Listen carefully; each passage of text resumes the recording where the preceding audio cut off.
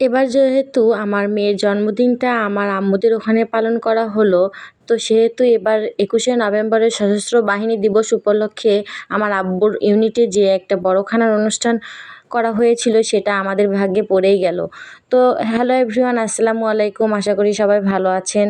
তো আমি তো প্রথমে যাইতেই চেয়েছিলাম না, তো আব্বু বারবার ফোন দিয়ে বলতেছিল আসো আসো। তো আব্বু ফোন দিয়ে বলেছিল যে 11টার মধ্যে আমাদের বাসার নিচে গাড়ি পৌঁছে যাবে।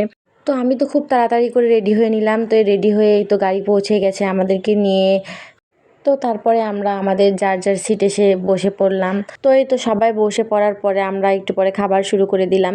তো খাবার মোটামুটি ভালোই ছিল, আমাকে রোস্টটা বেশি ভালো লেগেছে। তো আমাদের জন্য দুটো চামচ, একটি ছুরি, একটি প্লেট দিয়ে রেখেছে আমাদের সামনে। তো এই তো আমরা খাবার দাবার শেষ করে একটু রেস্ট নিচ্ছিলাম, বসেছিলাম। তো ওই তো আমার হাজবেন্ড, ওই তো আমার মেয়ে, আমার আব্বু ফল খাচ্ছিল, আমার বোন আমাকে ফল দেখাচ্ছিল। তো আজকের ভিডিও এ পর্যন্তই। সবাই ভালো থাকবেন, সুস্থ থাকবেন, আল্লাহ হাফেজ।